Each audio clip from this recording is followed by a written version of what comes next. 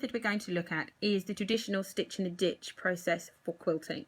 You literally run the blade down the centre of 2 panels where they've already been sewn together along the seam, and that gives you a wonderfully even and very neat stitch that actually runs through the ditch between the panels, which you can see on this section here.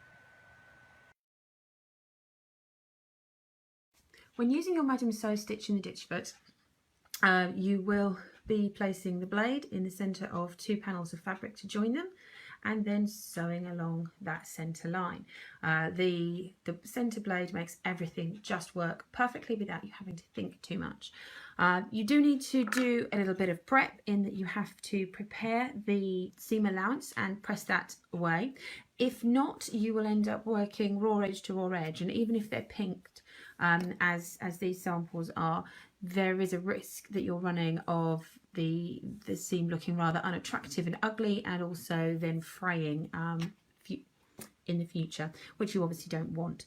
So what I'll be doing is sewing these prepped and pressed edges together using the Madame Sew foot. We're going to set our stitch to a medium-sized zigzag, and then we can progress with joining the 2 panels. So we run a couple of stitches manually just to see, and then we can progress on. And so you simply make sure that these edges don't slide apart, and you sew.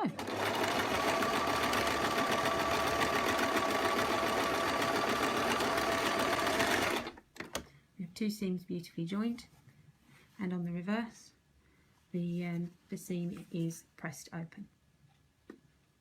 A third way to use the stitch in the ditch presser foot from Madame Sew is to join some lace to a piece of fabric. So you could add a decorative hem to skirts or blouses, handkerchiefs and the like. So we're going to continue to work with a zigzag stitch, and I've reduced the stitch length down because it's going to be harder to grab hold of the lace fabric that we're working with.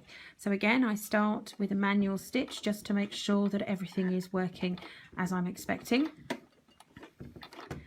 And then I move on to sewing at normal speed, making sure that, as before, the lace and the fabric panel don't peel off to one side or the other. The foot does all the work for me, and I just need to make sure that everything lines up with that centre blade.